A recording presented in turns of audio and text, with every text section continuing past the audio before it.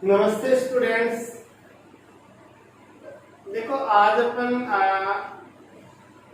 आमाशय में पाचन के बारे में पढ़ रहे थे। आमाशय में पाचन के बारे में अपन ने कुछ बातें तो कर ली थी और कुछ बातें अपनी शेष रह गई थी। तो देखो मैं उनको स्टार्ट करने जा रहा हूँ, तो आप वीडियो को ध्यान से सुनिएगा। अपन ने मुख में पाचन पढ़ लिया, ग्रसनी ग्रसिका की बातें कर ली और आज अपन कर रहे हैं आमाशय। आमाशय में पाचन, आमाशय की बात करें तो स्टोमच में पाचन। समझ रहे हो मेरी बात?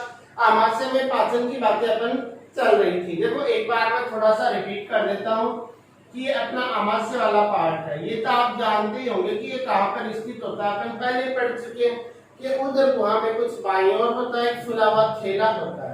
इसके तीन पार्ट होते हैं, जठरागम, फंडस और जठर निर्गम। इसमें दो अवरोध नहीं होते, कार्डियक और पायलोरिक। समझ रहे हो मेरी बात? अब देखो बातें हो रही है पाचन की, तो पाचन की बातें हो रही है तो अपन संरचना के बारे में ऑलरेडी पढ़ चुके हैं। देखो पाचन की बात करें तो देखो इस प्रकार से ये आमाशय, ये इस आमाशय में पाई जाती है जठर ग्रंथियां। कौन सी ग्रंथियां पाई जाती है? जठर ग्रंथियां। इस आमाशय में पाई जाती है जठर ग्रंथियां। और ये जो जठर ग्रंथियां होती हैं, जब अपन भोजन को ग्रहण कर रहे होते हैं, देखो अपन ने भोजन मुख में जैसे भोजन रखे तुरंत अपना मस्तिष्क होता है वो आमाशय के पास जाए, आमाशय को सूचना देता है कि भैया तू क्यों सो रहा है, मुख में भोजन आ गया, आप भी पाचन की तैयारी करो। एंजाइम वगैरह है, जो जठर रस है उसको आप स्रावित करो, HCl को निकालो। तो आमाशय भी क्या करता है कि भोजन जैसे मुख से आमाशय में जाने वाला होता है, उससे पहले आमाशय पाचन की पूरी तैयारी कर चुका होता है। समझ रहे हो मेरी बात? तो जैसे ही आमाशय में भोजन जाएगा तो ये जठर जो ग्रंथियां हैं वो जठर ग्रंथियां जठर रस का स्राव करेंगी। कौन सा रस निकालेंगी? जठर रस। और जो जठर जो रस होता है उस जठर रस में होता एक होता HCl यानी हाइड्रोक्लोरिक अम्ल। कौन सा अम्ल होता है? हाइड्रोक्लोरिक अम्ल। एक तो देखो इसमें पाया जाता है हाइड्रोक्लोरिक अम्ल, और इसमें क्या पाए जाते हैं? एंजाइम पाए जाते हैं। क्या पाए जाएंगे? एंजाइम। समझ रहे हो ना मेरी बातें? कि जो जठर ग्रंथियां हैं, जैसे ही आमाशय में भोजन आता है जठर ग्रंथियां क्या करती है? जठर रस छोड़ती है। और ये जो जठर जो रस होता है इसमें HCl हाइड्रोक्लोरिक अम्ल होता है और क्या होते हैं? एंजाइम होते हैं। समझ रहे हो मेरी बात? अब देखो काम की बात ये आती है कि हाइड्रोक्लोरिक अम्ल निकला है तो फिर ये क्यों निकला है, इसका कोई यूज क्या है, इसका काम क्या है? समझ रहे हो मेरी बात? तो देखो ये हाइड्रोक्लोरिक अम्ल है। पहला बात तो यही है कि ये अम्ल है। अम्ल है इसका मतलब ये भोजन को क्या बना देता है? भोजन को अम्लीय बना देता है। क्या बना देगा भैया? भोजन को अम्लीय बना देगा। दूसरा इसका काम क्या होता है कि ये जैसे HCl है, भोजन है, वो आमाशय में 3 से 4 घंटे रहता है। लगभग 3-4 घंटे आमाशय में रहता है। तो इतने लंबे टाइम तक अगर आमाशय में भोजन रहेगा तो भोजन सड़ने लग जाएगा। तो ये HCl क्या करता है कि भोजन को सड़ने से बचाता है। क्या करता है? कि भोजन को सड़ने से बचाता है, कि भोजन को आमाशय में सड़ने नहीं देता है। कौन? HCl। अगला काम क्या होता है इसका? देखो आपने बात की थी कि मुख जो गुहा होती है उसमें टाइलिन होता है और कौन सा होता है? लाइसोजाइम होता है। जो लाइसोजाइम जो एंजाइम था वो क्या करता है कि जीवाणुओं को नष्ट कर रहा था, लेकिन कोई तो जीवाणु, कोई सूक्ष्म जीव मान लो मुख गुहा में छुप के निकल आया तो वो सीधा कहाँ जाएगा? आमाशय में जाएगा। आमाशय में जाएगा तो आमाशय में कौन बैठा है? HCl बैठा है। कि आज आगे मैं देखता हूँ तेरे को कहाँ जाने वाला है। तो ये HCl क्या करता है कि उस सूक्ष्म जीव की भित्ति को नष्ट कर देता है। तो उस सूक्ष्म जीव की क्या हो जाएगी? डेथ हो जाएगी। अब सूक्ष्म जीव ही मर गया तो क्या आपके शरीर में कोई रोग फैलाएगा? नहीं ना। इसका मतलब है कि ये भोजन को रोगाणु रहित बनाता है। क्या बनाता है ये? भोजन को रोगाणु रहित।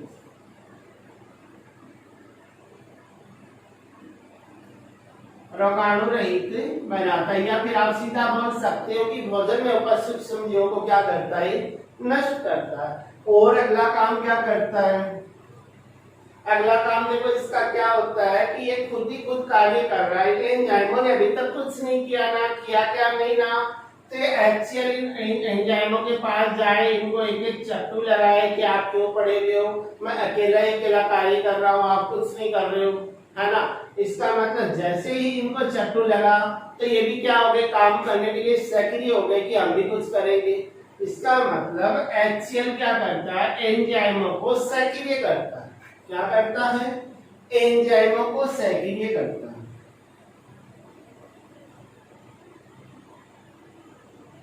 एंजाइमों को ये क्या करता है, सक्रिय करता है। कौन करता है, HCl। तो ये देखो HCl के कार्य हो गए, अपन पहले भी पढ़ चुके, एक बार पुनः अपने रिपीट कर लिया, किसके कार्य, HCl के। अब देखो आगे की बात करें, आगे की बातें क्या है, एंजाइम। आगे का पॉइंट अपना क्या है, एंजाइम। अब देखो आमाशय में कौन कौन से एंजाइम निकलते हैं। पहली बात तो ये होती है कि उन एंजाइमों को आपको नाम याद होने चाहिए। क्या याद होने चाहिए, उनके नाम याद होने चाहिए। अब देखो आमाशय में कौन कौन से एंजाइम निकलते हैं। जो अपना जो आमाशय होता है, उस आमाशय में 3 एंजाइम निकलते हैं। कितने एंजाइम निकलते हैं, 3। पहला एंजाइम अपना पेप्सिनोजन, पेप्सिनोजन।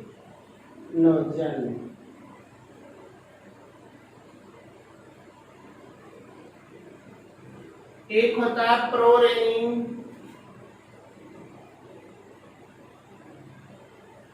और एक होता है लाइपेज। तो इसमें मुख्य 3 प्रकार के एंजाइम निकलते हैं। कौन कौन से निकलते हैं, एक होता है पेप्सिनोजन, एक होता है प्रोरेनिन और एक है लाइपेज। समझ रहे हो मेरी बात। पहली बात तो यही कि आमाशय में कितने एंजाइमों का स्राव होता है, तो आप मुख्य 3 ही बताओगे, समझ रहे हो। एक होता है पेप्सिनोजन, प्रोरेनिन और लाइपेज। ये प्रोरेनिन, पेप्सिनोजन और प्रोरेनिन होते हैं निष्क्रिय फॉर्म में पाए जाते हैं। कौन सी फॉर्म में मिलेंगे आपको, निष्क्रिय रूप में मिलेंगे। कौन से, आपसे पूछ दिया जाए कि आमाशय से स्रावित होने वाले उन 2 एंजाइमों के नाम बताइए जो निष्क्रिय अवस्था में पाए जाते हैं, तो कौन से होते हैं, पेप्सिनोजन और प्रोरेनिन। देखो पेप्सिनोजन है,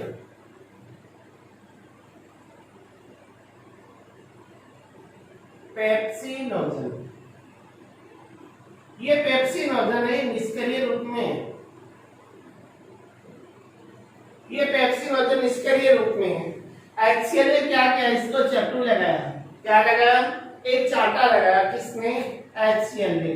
HCl ने जैसे ही चाटा लगाया तो ये क्या हो गया, सक्रिय हो गया, और सक्रिय होकर पेप्सिन में बदल गया। किसमें बदल गया, पेप्सिन में। इसका मतलब पेप्सिनोजन की सक्रिय फॉर्म कौन सी होती है, पेप्सिन होती है। समझ रहे हो ना मेरी बात। अब एक पड़ा है प्रोरेनिन, ये प्रोरेनिन है, ये भी निष्क्रिय फॉर्म में पड़ा है। ये HCl क्या करे, इसको भी चाटा लगाए कि क्यों सो रहा है, तो ये प्रोरेनिन भी सक्रिय होगी, किसमें चेंज हो जाएगा, रेनिन में। रेनिन क्या है, इसकी सक्रिय फॉर्म है। क्या है, सक्रिय फॉर्म है। समझ रहे हो मेरी बात। तो पेप्सिनोजन को सक्रिय करने का कार्य कौन करता है, हाइड्रोक्लोरिक अम्ल। पेप्सिनोजन जो निष्क्रिय रूप में था, हाइड्रोक्लोरिक अम्ल की उपस्थिति में वह पेप्सिन में चेंज हो जाता है, और पेप्सिन क्या है, सक्रिय रूप है इसका। अगली बात करें कि प्रोरेनिन है, वो भी निष्क्रिय फॉर्म में है, HCl के प्रभाव से वो भी रेनिन में कन्वर्ट हो जाएगा, और रेनिन क्या है, सक्रिय रूप है। अब देखो कि ये दोनों सक्रिय हैं। अब कोई भी व्यक्ति है या कोई भी आप कार्य कर रहे हो, या कोई भी व्यक्ति मान लो वो सक्रिय है, सक्रिय तो कोई ना कोई वर्क तो करेगा, वो करेगा नहीं करेगा, करेगा भैया। तो ये भी दोनों सक्रिय हो गए, सक्रिय हो गए मतलब कुछ ना कुछ तो करेंगे। आप करेंगे क्या, ध्यान से देखना। आपने को याद हो तो मुख गुहा में सबसे पहले किसको तोड़ा था, कार्बोहाइड्रेट का पाचन किया था या नहीं किया था, किया था।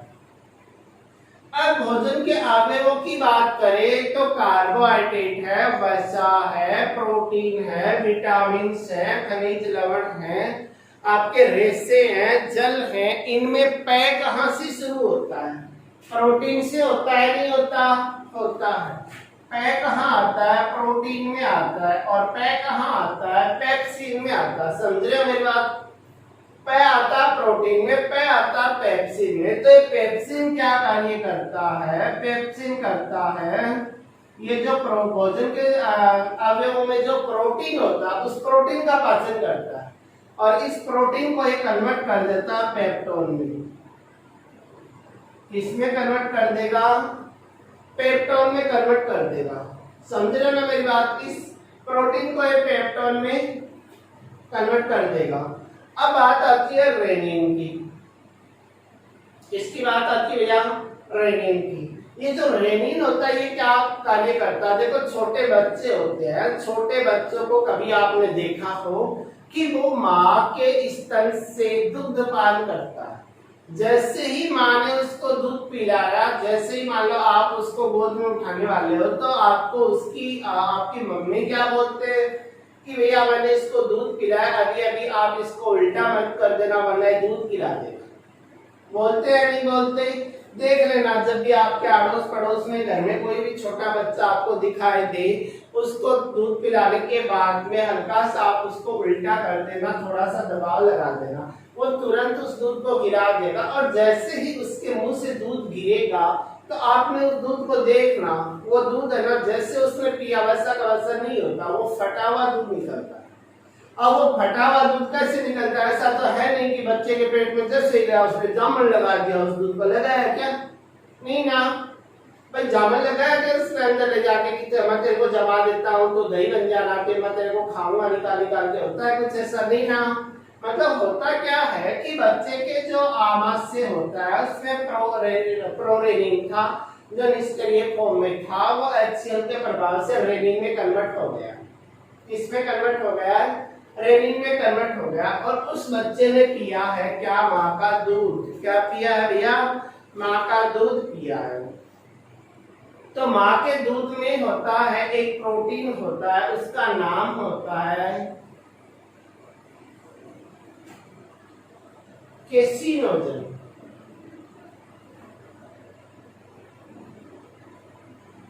क्या पाया जाता है माँ के दूध में? केसिनोजन प्रोटीन पाया जाता है। कौन सी प्रोटीन पाई जाती है? केसिनोजन प्रोटीन पाई जाती है। और ये जो प्रोटीन होती है वो घुलनशील होती है। ये जो प्रोटीन होती है वो घुलनशील होती है। ये केसिनोजन प्रोटीन है, इसके साथ ये रेनिन क्या करेगा? क्रिया करेगा। इसके साथ रेनिन क्रिया करेगा तो उसे केसिन में कन्वर्ट कर देता है, इसमें बदल देगा केसिन में। समझ रहे हो मेरी बात? माँ के दूध में जो केसिनोजन जो प्रोटीन थी, रेनिन ने उसके साथ क्रिया की और उसे केसिन में बदल दिया। समझ रहे हो? केसिन जो होता है वो इसका एडोटेंसिल ग्रुप होता है। अब केसिन के साथ दोबारा से रेनिन क्रिया करें और इसे पैरा केसिन में कन्वर्ट कर देता है। किसमें चेंज कर देगा? Para casein. और ये पैरा केसिन पुनः किसके साथ क्रिया करे? कैल्शियम के साथ क्रिया करता है। किसके साथ क्रिया करता है? कैल्शियम के साथ क्रिया करता है और कैल्शियम पैरा केसिनेट बना लेता है। ये किसके साथ क्रिया करता है? कैल्शियम के साथ और बना लेता है कैल्शियम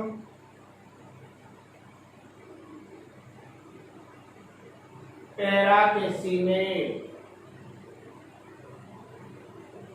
कैल्शियम पैरा केसिनेट बना लेता है। क्या बना लेता है भैया? Calcium paracaseinate. Calcium paracaseinate बना लेता और कैल्शियम जो पैरा केसिनेट होता है वो फटा दूध होता है।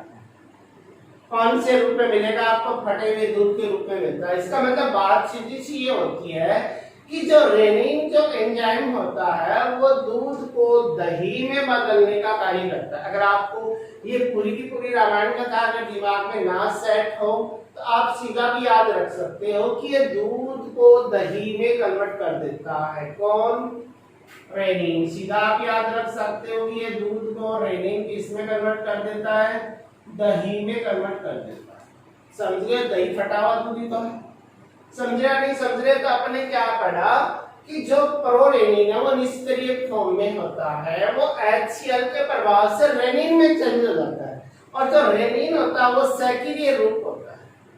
अब जो माँ के दूध में केसिनोजिन जो प्रोटीन थी वो घुलनशील रूप में थी, रेनिन ने उसके साथ क्रिया करके उसे किस में बदल दिया, केसिन में कन्वर्ट कर देता है। फिर इस केसिन के साथ क्रिया करके पैरा केसिन बना लेता है, और वो पैरा केसिन कैल्शियम के साथ क्रिया करके कैल्शियम पैरा केसिनेट बना देता है, जो फटा रूप होता है किसका, दूध का। इसका मतलब रेनिन जो है वो दूध को दही में बदलने का कार्य करता है। लेकिन ये वाला जो रेनिन है वो कहाँ पाया जाता है, छोटे बच्चों में ही मिलता, आप में नहीं मिलता। तो आपसे पूछ लिया जाए कि छोटे बच्चों में पाया जाने वाला वो कौन सा एंजाइम होता है जो दूध को दही में कन्वर्ट करने का कार्य करता है, दूध को फाड़ने का कार्य करता है। तो कौन सा होता है वो, रेनिन बोलोगे आप। कौन सा बोलोगे भैया, रेनिन होता है। रेनिन ही तो कर रहा है, ये तो थोड़ी कर रहा है प्रोरेनिन, ये तो इसके लिए पढ़ा हुआ था। कौन करता है, रेनिन करता था। आप क्या बताओगे, रेनिन करता है। अब देखो एक बात आपसे और भी पूछ ली जाए, चलो 1-2 मिनट बाद में करते हैं वो बात। एक बार अपन वेस्ट की बात और कर लेते हैं कि बच्चे ने तो रेनिन ने फाड़ दिया। आपसे पूछ लिया जाए कि आप बताओ मुझे कि बच्चे में तो रेनिन था, उसने दूध को दही में बदल दिया, फिर जो वेस्ट होता है उसमें कौन करेगा ये कार्य, दूध तो वो भी पीता, आप नहीं पीते, क्या पीते हो ना। तो फिर आप में दूध को दही में बदलने का कार्य कौन करता है, HCl करता है। क्यों, क्योंकि अम्ल है, अम्ल खट्टे होते हैं, और खट्टा तो आपने देखा होगा काफी घातक होता है। दूध का और खट्टे का कोई मेल नहीं होता। जैसे ही खट्टा दूध के अंदर जाएगा, दूध को बिखेर के रख देगा।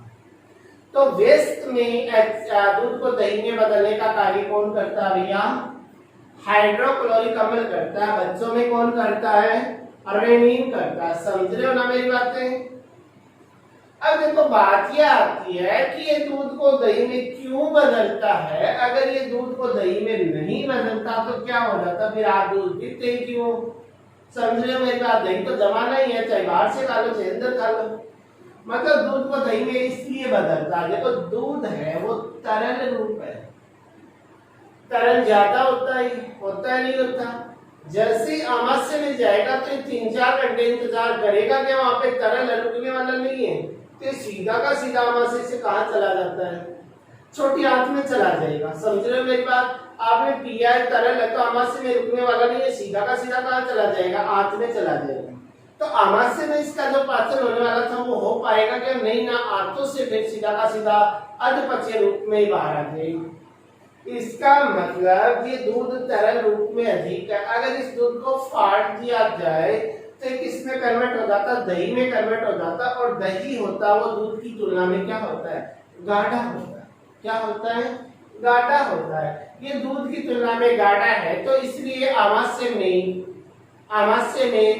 कुछ टाइम के लिए रुकेगा, आमाशय में कुछ टाइम के लिए वेट करेगा, तो आमाशय में इसका जो पाचन होना होता है वो हो जाएगा। समझ रहे हो मेरी बात। आमाशय में इसका पाचन हो जाता है, फिर वो जाता है छोटी आंत में, तो वहां भी इसका पाचन आसानी से हो जाएगा, क्योंकि कुछ क्या हो गया है, गाढ़ा हो गया। तो इसलिए इस दूध को फाड़ना जरूरी होता है।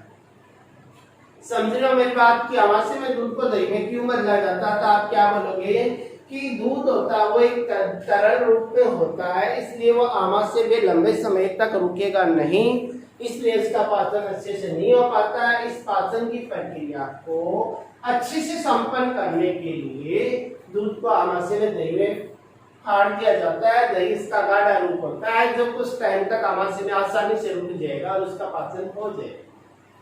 अगली बात आती है, एक बच गया अपना लाइपेज। ये लाइपेज क्या काम करता है, अपने देखो कार्बोहाइड्रेट पचा दिया, प्रोटीन पचा दिया, अब आ गई वसा।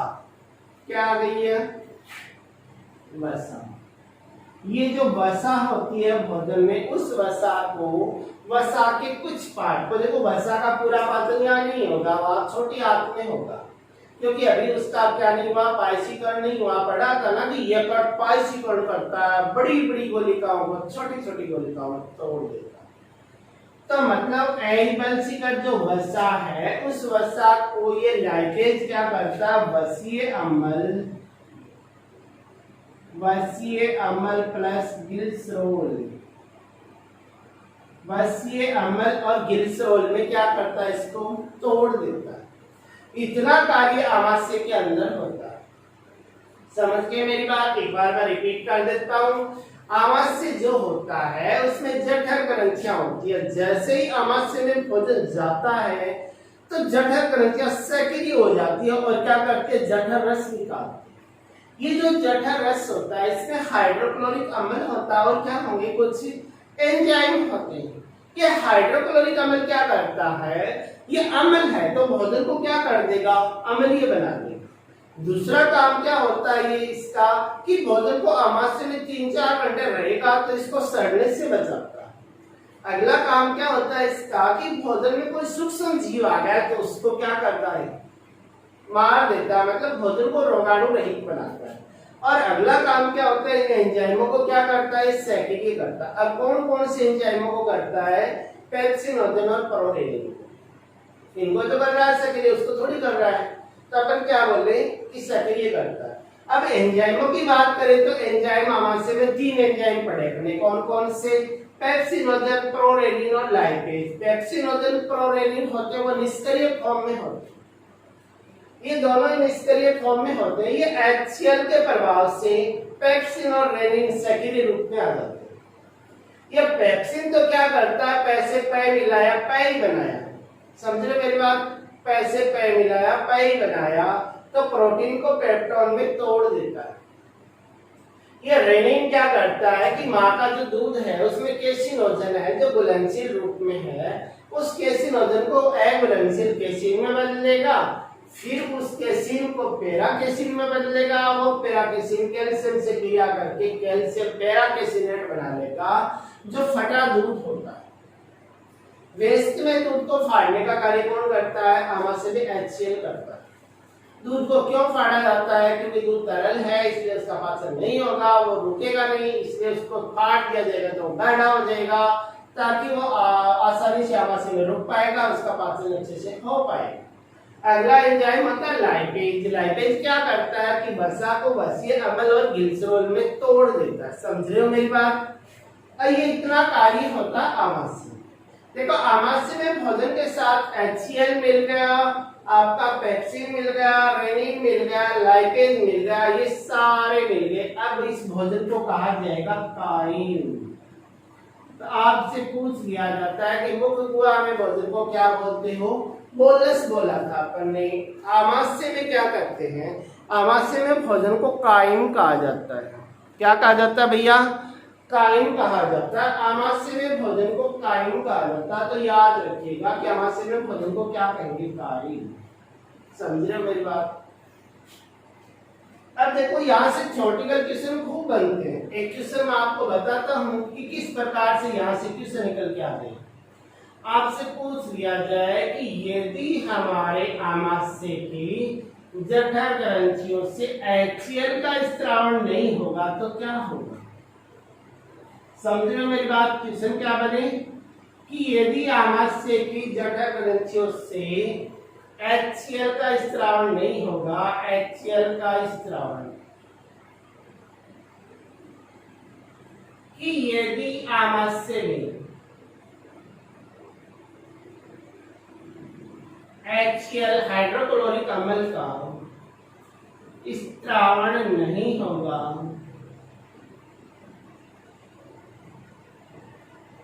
तो क्या होगा।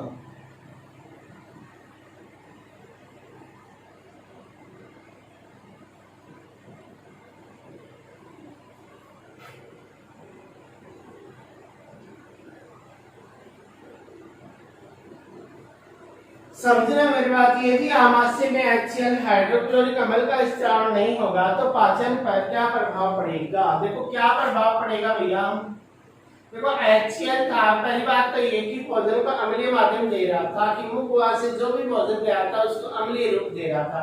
इसका मतलब अगर HCl नहीं होगा तो भोजन को अम्लीय माध्यम मिलेगा क्या? नहीं ना। इसका मतलब आमाशय में भोजन को अम्लीय माध्यम उपलब्ध नहीं हो पाएगी। दूसरा अपन ने कार्य क्या पढ़ा था इसका कि सूक्ष्म जीवों को मारने का कार्य करता है। भोजन में जो सूक्ष्म जीव है तो अपन बोल सकते हैं कि आमाशय में जाने के बाद भोजन में जो सूक्ष्म जीव है उनकी डेथ नहीं हो पाएगी। जब सूक्ष्म जीवों की डेथ नहीं हो पाएगी तो सूक्ष्म जीव क्या करते हैं? रोग फैलाते। तो क्या भोजन विषैला हो जाएगा, हमारे शरीर में रोगों की संख्या बढ़ जाएगी। अगला कार्य अपन देखिए कि ORHCl क्या कर रहा था कि आमाशय में भोजन को सड़ने से बचा रहा था। तो इसका मतलब अगर HCl ही नहीं निकलेगा तो भोजन सड़ेगा नहीं, सड़ेगा ना। तो ये जो काम कर रहा वो तो नहीं हो पाएगा। तो अपन बोल दे कि HCl के उपस्थिति में आमाशय में भोजन सड़ जाएगा। अगला कार्य देखो पेप्सिनोजन और प्रोरेनिन को क्या कर रहा था? सक्रिय कर रहा था। अगर HCl नहीं होगा तो सक्रिय होंगे क्या? नहीं ना। तो अपन बोल सकते हैं कि ये प्रोरेनिन और पेप्सिनोजन को सक्रिय करता है। तो इसके अभाव में एंजाइम सक्रिय नहीं हो पाएंगे। समझ रहे हो? अब जो प्रोरेनिन है वो सक्रिय नहीं हो पाएगा तो क्या वो दूध को फाड़ पाएगा? नहीं फाड़ पाएगा ना।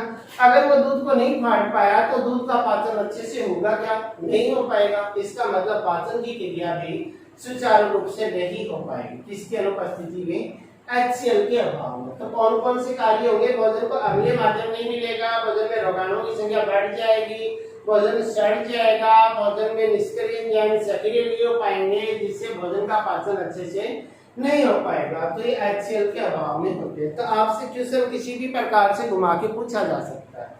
समझ रहे हो मेरी बात? देखो मैं आपको पूरा का पूरा मैटर देने वाला हूँ। ऐसा नहीं है कि अपन शॉर्टकट चलेंगे, नहीं चलेंगे। अपन पूरा जितना डिटेल से होगा, जितना आपके स्तर के गहराई में होगा, उससे भी मैं ज्यादा ही आपको बताने की कोशिश कर रहा हूँ।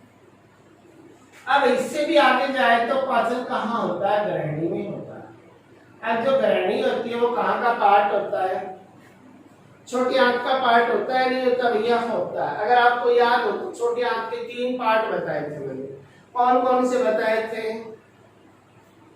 डीजे आया, आपको एक ट्रिक भी बताई होगी कि डीजे आया, ड्यूडेनम, जेजुनम, इलियम। क्या बताया था? ड्यूडेनम, जेजुनम, इलियम बताया था, नहीं बताए थे? ये तीनों इसके नाम होंगे। तो ग्रहणी को क्या बोलता है? ड्यूडेनम बोला जाता है।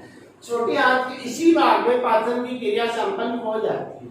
अगर देखो आपको थोड़ा सा याद हो तो ये ग्रहणी वाला पार्ट था। इसी पार्ट में इस प्रकार से देखो एक फली सी जुड़ी हुई थी जिसका अपन क्या बोल रहे थे? अग्नाशय बोल रहे थे, पैनक्रियाज। अगर याद हो तो यहाँ पर एक टोपी लगा रखी थी और इससे भी एक नलिका थी जो इस प्रकार से पीछे से आती है, यहाँ पे खुल जाती है इस प्रकार से। ये भी जुड़ा हुआ था और ये ग्रहणी वाला पार्ट। तो ग्रहणी वाले पार्ट से यहाँ से जो रस आएगा वो भी आएगा और इससे भी जो रस निकलेगा, जो एंजाइम निकलेगा वो भी कहाँ आएंगे? ग्रहणी में। और इसकी भित्ति के द्वारा भी कुछ एंजाइम निकलते हैं। तो यहाँ पर पाचन की क्रिया क्या हो जाती है? पूर्ण हो जाती है। समझ रहे हो मेरी बात? पाचन की क्रिया कौन से भाग में पूर्ण हो जाती है? ग्रहणी वाले भाग में। पचाने का काम ग्रहणी करती है। समझ रहे हो मेरी बात? तो ये ग्रहणी वाले पार्ट में पाचन की क्रिया हो जाएगी। जैसे ग्रहणी वाले पार्ट में पाचन की क्रिया संपन्न हुई, अपना पाचन काम क्या हो जाएगा? कंप्लीट हो जाएगा। उसके बाद अवशोषण, स्वांगीकरण और बहिक्षेपण तीन बातें बचेंगी जो छोटे छोटे टॉपिक हैं। और उसके साथ ही अपन क्या पढ़ेंगे कि पाचन से संबंधित कौन कौन से रोग होते हैं, कौन कौन से विकार होते हैं, उनके बारे में अपन क्या करेंगे? चर्चा करेंगे। तो आप आमाशय तक पाचन की प्रक्रिया को अच्छे से समझ गए होंगे। यहाँ तक आपको कोई दिक्कत नहीं होने वाली है। तो आप वीडियो को पूरा का पूरा सुनिएगा ताकि आपको समझ में आ जाए। और ग्रहणी में जो पाचन है वो नेक्स्ट क्लास में अपन पढ़ेंगे। तब तक के लिए वीडियो को सुनिएगा। पीडीएफ नोट्स होगी जो पीडीएफ उसको अच्छे से पढ़िएगा। अगर आपको कोई डाउट होता है तो पूछिएगा। और अब आपसे समय हो गया विदाई लेने का। Okay bye.